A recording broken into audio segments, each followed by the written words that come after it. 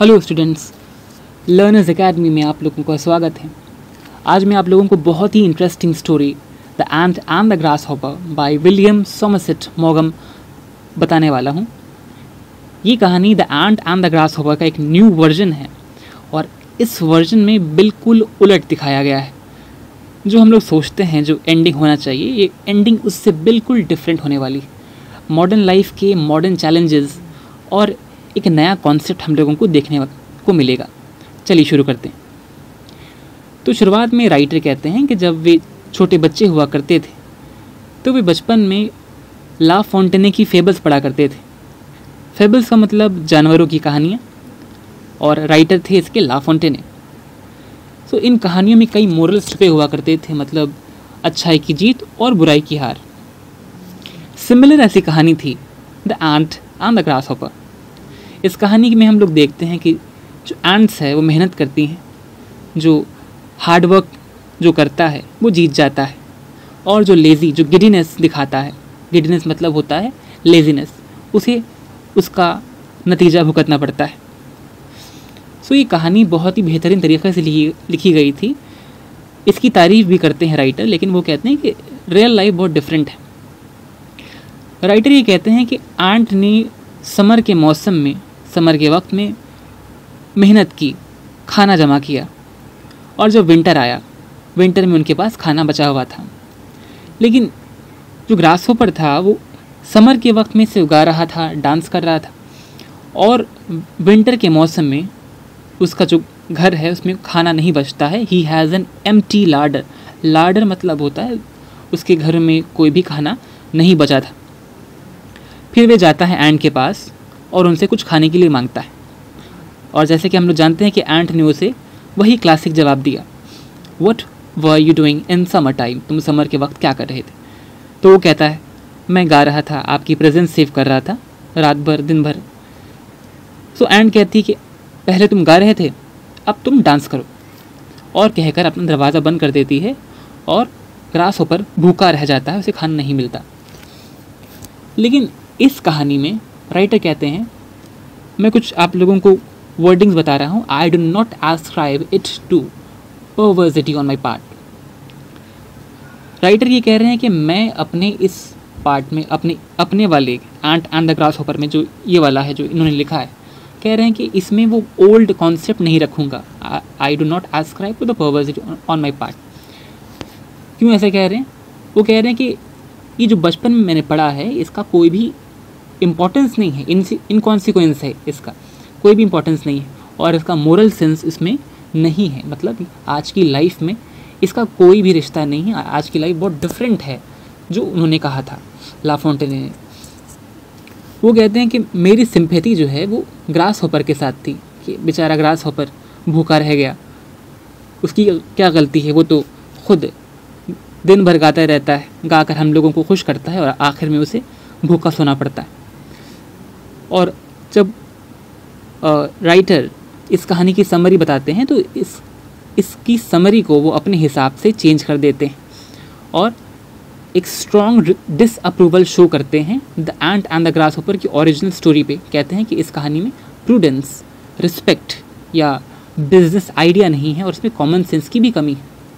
क्योंकि जो grass hopper है वो तो गाता ही रहता है नेचर के हिसाब से, और वे खाना ही मैनेज कर लेता है अपना। ऐसा नहीं कि ग्रास हॉपर सर्दियों के मौसम में असल लाइफ में भूखा सोता है, नहीं, वे अपना खाना सर्दियों के मौसम में भी मैनेज कर लेता है। I could not help thinking of this fable when the other day I saw George Ramsay lunching by himself in a restaurant. उन्हें इस कहानी the ant and the grasshopper की तब याद आई थी जब उन्होंने, राइटर ने, अपने एक पुराने दोस्त जिनका नाम था जॉर्ज रमसे, उन्हें एक रेस्टोरेंट में लंच करते हुए देखा था। मैंने कभी नहीं देखा एक इंसान को इतना दुखी, सच अ डीप ग्लूम। वो एक खाली जगह को बहुत देर से बैठकर घूर रहे थे। ऐसा लग रहा है कि ज़िंदगी का सारा बोझ उनके कंधों पर आ चुका है। मुझे उनको देखकर बुरा लग रहा था। मुझे लगा कि शायद उनका एक भाई था जो बहुत बदमाश था, उसने कुछ किया है, इस वजह से ये इतना टेंशन में है। मैं उनके पास गया और मैंने उनसे हाथ बढ़ाया, हैंडशेक किया और मैंने कहा हाउ आर यू।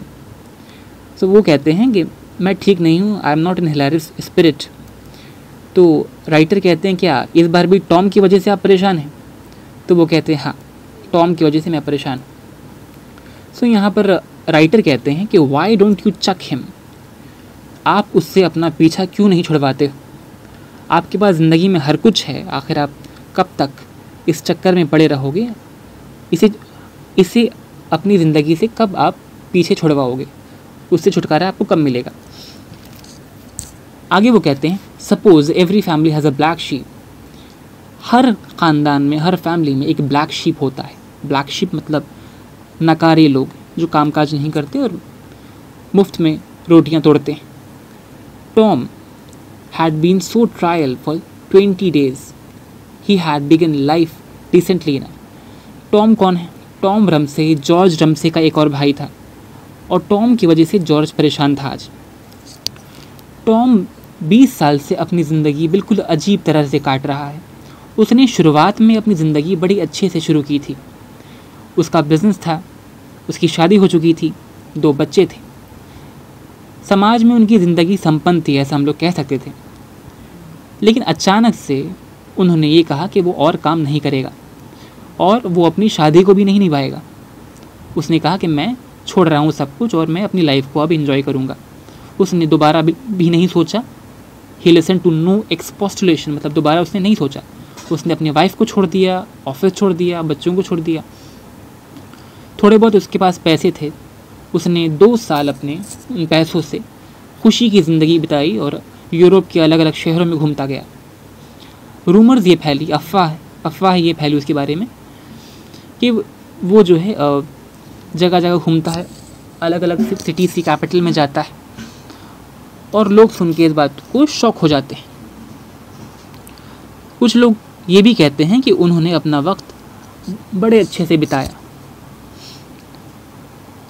जब भी उसके पास पैसा आता वे उन पैसों को खर्च कर देता और अगर पैसा ना रहता तो वो अपने दोस्तों से उधार ले लिया करता।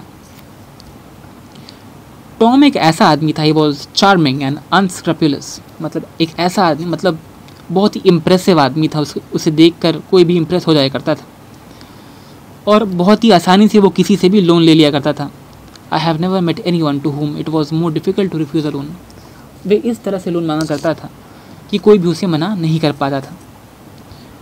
वे इसी तरह से अपने दोस्तों के थ्रू पैसा कमाया जाता था लोन लेकर। But always he said that you spent the money you spent on necessities was boring. Tom अपने भाई जॉर्ज से ये कहा करता था कि जो भी पैसा वे अपने घर के लिए खर्चा करता है या अपने परिवार के लिए खर्चा करता है, ये बहुत बोरिंग लाइफ है। The money that was amusing to spend was the money you spent on luxuries. तो वो कहता है कि घर के काम से अच्छा है कि आप लग्जरीज़ में, अपने ऐशो आराम में पैसा खर्चा किया करें, तो ये बेहतर है। ये टॉम का मानना था। लेकिन जॉर्ज ऐसा नहीं था। वे अपना पैसा बर्बाद नहीं किया करता था। He did not waste his charm on him. George एक सीरियस आदमी था और इस तरह के फैंसी और लग्जरी से उसका कोई लेना देना नहीं था। देखा जाए तो जॉर्ज बहुत ही ज़्यादा रिस्पेक्टेबल आदमी था। एक बार या 2 बार उसने टॉम से प्रॉमिस भी किया ताकि उसको कुछ लोन दे सके, ताकि टॉम एक नया बिजनेस खोल सके। लेकिन टॉम ने कभी भी इन बातों को ध्यान से नहीं सोचा। जॉर्ज ने जो भी उसे लोन दिया उससे उसने नई मोटर कार ख़रीद ली और कुछ अपने लिए ज्वेलरी ख़रीद ली। बिजनेस उसने नहीं खोला। आगे चल के जॉर्ज समझ गया कि उसका जो भाई टॉम है ये कभी भी नहीं सुधरेगा और तब जॉर्ज ने अपना हाथ साफ कर लिया और उसे हेल्प करने से मना कर दिया।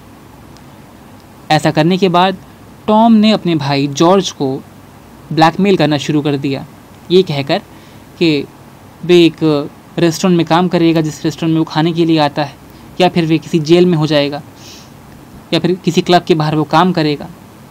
टॉम से to serve in a bar और to drive taxi was a perfectly decent occupation. Tom ने अपने भाई को ये भी कहा कि तुम मुझे पैसे नहीं दोगे तो मैं टैक्सी ड्राइवर बन जाऊँगा या फिर किसी बार में काम करूँगा, क्या तुम्हें ये देखकर अच्छा लगेगा? टॉम एक रिस्पेक्टेबल आदमी था, उन लोगों की ख़ानदानी इज़्ज़त थी, इस वजह से टॉम ने उसे पैसे दे दिए और वो अक्सर उसे पैसे दिया करता था। टॉम ने उसे 100 पाउंड दिया और वो अक्सर उसे दिया करता था। एक बार ऐसा हुआ कि टॉम जेल जाते जाते बचा। जॉर्ज उस दिन उससे बहुत ज़्यादा गुस्सा हो गया था, क्योंकि ये ऐसा मामला था जो बड़ा ही अजीब था और इसमें टॉम ने जॉर्ज को धोखा दिया था। टॉम ने अपनी इस बार हद पार कर दी थी। क्या वो मामला था? मामला ये था कि टॉम ने एक बार किसी इंसान से पैसे उधार ले लिए थे, जिसका नाम था क्रॉनशो। क्रॉनशो को अपना पैसा वापस चाहिए था और टॉम कहीं भाग गया था उसका पैसा लेकर। क्रॉनशो ने कहा कि वो टॉम पर केस कर देगा, बिकॉज टॉम वॉज अ स्कंड्रेल, मतलब एक चोर है और उसे सज़ा मिलनी चाहिए। अब जॉर्ज क्या करे? अपने भाई को बचाने के लिए उसने करीब 500 पाउंड इस मामले में ख़र्चा कर दिए। 500 पाउंड्स देकर उसने क्रॉनशो का मामला ठंडा किया। बाद में मालूम होता है कि क्रॉनशो और टॉम दोनों मिले हुए थे और जो $500 जो जॉर्ज देता है, क्रॉनशो टॉम लेके उसे भाग जाते हैं और जाकर मोंटे कार्लो शहर में इंजॉय करते हैं इस पैसे से, जिससे जॉर्ज बहुत ज़्यादा गुस्सा हो जाता है और समझ जाता है कि टॉम ने उसे धोखा दिया। 20 सालों तक टॉम ने रेस किया, रेस में पैसा उड़ाया, गैम्बल किया, डांस किया, बड़े बड़े रेस्टोरेंट में खाया, महंगा महंगा कपड़ा पहना। वो हमेशा अच्छे कपड़े पहना करता था, ऐसा लगता था कि वे बैंड बॉक्स से निकला। बैंड बॉक्स मतलब होता है वो जगह जहाँ नए कपड़े रखे होते हैं। उसकी एज 46 हो गई थी, लेकिन अभी भी वो 35 पर लगता था। खूब हैंडसम था, अम्यूजिंग था और सोसाइटी को वो इन्जॉय किया करता था। वे हमेशा खुश रहा करता था। He had high spirits and unfailing gaiety and incredible charm, मतलब हमेशा खुश रहा करता था और बहुत चार्मिंग इंसान था। I have never grudge the contribution he regularly levied on me for the necessities of his existence. और वे हमेशा अपनी ज़िंदगी से बहुत खुश था और राइटर को भी पर्सनली भी काफ़ी अच्छा लगता था। I never lent him 50 pounds without feeling that I was in his debt. और जॉर्ज हमेशा अपने भाई को, टॉम को, पैसा दे दिया करता था और कभी उसे मना नहीं कर पाता था। Tom Ramsay knew everyone and everyone knew Tom Ramsay. He could not approve of him. ये हर किसी को जानता था और हर कोई उसे भी जानता था। हर कोई उसे पसंद करता था क्योंकि उसकी पर्सनालिटी इतनी अच्छी थी। लेकिन बेचारा जॉर्ज उससे सिर्फ 1 साल का बड़ा था, लेकिन लगता था कि कितना वो बुढ़ा हो चुका है। लगता था कि उसकी एज 60 प्लस हो चुकी है। वे कभी रात में हॉलिडे में नहीं गया। हमेशा वे अपने काम किया करता रहता था। अपने ऑफिस में वो बिज़ी था। सुबह 9 बजे से लेके रात शाम के 6 बजे तक वो काम किया करता था। ऑनेस्ट था, इंडस्ट्रियस, मतलब मेहनत करने वाला इंसान था और वर्दी भी था। इसकी एक अच्छी वाइफ थी जो हमेशा इसके लिए फेथफुल रही। इसकी 4 बेटियां थीं जॉर्ज की, और जॉर्ज उनका सबसे बेस्ट फादर्स में से एक कहलाया करता था। वो अपनी सेविंग का 1/3 इनकम अपने बच्चों के लिए बचा लिया करता था। उसका प्लान ये था कि 55 तक जब वे रिटायर होगा तो उसका एक छोटा सा घर होगा जिसके बाहर एक गार्डन होगा जहाँ पर वे गोल्फ प्ले कर पाएगा, गोल्फ खेल पाएगा। उसकी लाइफ बहुत ही स्मूथ और परफेक्ट थी। उसे बहुत खुशी थी कि वो भले ही ओल्ड हो जा रहा है, उसकी एज हो जा रही है, लेकिन उसकी लाइफ सक्सेसफुल रहेगी। लेकिन टॉम भी ओल्ड हो रहा है, टॉम की भी एज हो रही है, और टॉम क्या करेगा अपनी लाइफ में, बिकॉज उसके पास तो कुछ भी नहीं। जॉर्ज अपना हाथ रब करता है और कहता है ये सब कुछ अच्छा चल रहा था जब टॉम यंग था और अच्छा था, तो काफ़ी कुछ वो वे कर सकता था, लेकिन वे इसे सिर्फ 1 साल छोटा है। इन 4 years he'll be 50। 4 सालों बाद टॉम भी 50 साल का हो जाएगा। मेरी लाइफ तो अच्छी चलेगी, लेकिन उसकी लाइफ अच्छी नहीं चलेगी। क्योंकि मेरे पास तो सब कुछ है, उसके पास कुछ नहीं। रिटायरमेंट की एज तक मेरे पास करीब 30,000 पाउंड रहेंगे। For 25 years I have said that Tom would and in gutter, और अगले 25 सालों में टॉम जो है नाले में डूब जाएगा, गटर में चला जाएगा। And we shall see how he likes that, और हम लोग को देखने में बड़ा मज़ा आने वाला है कि वे कैसे सब झेलेगा। We shall see if it really pays best to work or be idle, और हम लोग देखेंगे कि काम करना कैसा होता है और बेकार में घूमना कैसा होता है। उसे अपने किए की सज़ा मिल जाएगी। Poor George, I sympathise with him. Writer कहते हैं कि अरे बेचारा जॉर्ज, मुझे उसके देखकर बड़ा अफसोस हुआ। I wonder now as I sat down beside him what infamous thing Tom had done. George was evidently very much upset. लेकिन इतना कुछ कहने के बाद भी जॉर्ज बड़ा अपसेट नज़र आ रहा था। आखिर क्या वो रीज़न था जिसकी वजह से जॉर्ज इतना अपसेट नज़र आ रहा था? बिकॉज उसके पास सब कुछ था, लाइफ उसकी वेल सेटल थी। अब क्यों उदास है वो? टॉम भी मतलब अब डूब जाएगा। अब यहाँ पर ट्विस्ट आता है। ट्विस्ट ये है, देखिए जॉर्ज कहता है, do you know what's happen now? George कहता है राइटर से कि आपको मालूम है अब क्या हुआ? मुझे लगा कि अब राइटर को लगा कि अब और भी कुछ उससे बुरा होगा, कुछ बुरा होने वाला होगा। मुझे लगा कि अब टॉम ने कुछ और कर दिया, कहीं पुलिस ने तो नहीं पकड़ लिया उसे। George could hardly bring himself to speak. वो जॉर्ज बड़ी मुश्किल से बोल पा रहा था इस बात को। You are not going to deny that all my life I have been working hard, decent, respectable, straight forward. तो जॉर्ज कहता है कि आप यकीन नहीं करोगे, राइटर को कहता है कि आप यकीन नहीं करोगे कि मैं ज़िंदगी भर मैंने काम किया, डिसेंट रहा, रिस्पेक्टेबल रहा, स्ट्रेट फॉरवर्ड रहा, इतने सालों तक अपनी लाइफ को खर्च कर दिया, और रिटायरमेंट में मुझे थोड़ा बहुत जो पैसा मिल रहा है उसमें मैं रहूँगा। I have always done my duty in that state of life. मैंने हमेशा अपना 100% दिया और आगे भी देता रहूँगा। तो राइटर ने कहा हाँ true. And you can deny that Tom has been an idle, worthless and dishonourable rogue. और जॉर्ज कहता है कि चल मैंने तो काम किया, लेकिन मेरा भाई टॉम उसने तो कोई काम नहीं किया। वो तो बेकारी भट्टे में घूमता था, कोई काम का नहीं, डिसऑनरेबल, बदमाश है एक नंबर का। If there were any justice he'd be in the work house. अगर इंसाफ किया जाए तो उसे कोई किसी जेल में या फिर किसी कारखाने में काम करके खट के कमाना चाहिए। उसकी रिटायरमेंट थोड़ी ना होगी, उसे तो लाइफ में इस तरह से उसकी लाइफ तो ख़राब होनी चाहिए इस हिसाब से, उसे वर्क हाउस में होना चाहिए। तो राइटर ने कहा हाँ हाँ ट्रू, ऐसा तो होना चाहिए। अब जॉर्ज का चेहरा लाल हो जाता है। अ फ्यू वीक्स अगो, कहता है जॉर्ज, कहता है कुछ हफ्ते पहले, ही इंगेज्ड, ही मतलब टॉम, जॉर्ज कहता है कि उसके भाई टॉम ने शादी कर ली। इंगेज्ड किससे? एक बूढ़ी औरत से जो उसकी करीब मदर की एज की थी। वो औरत जो थी वो मर गई। एक बूढ़ी औरत से उसने शादी की टॉम ने, और वे औरत मर गई। और वे कोई ऐसी वैसी औरत नहीं थी, वे बड़ी अमीर औरत थी।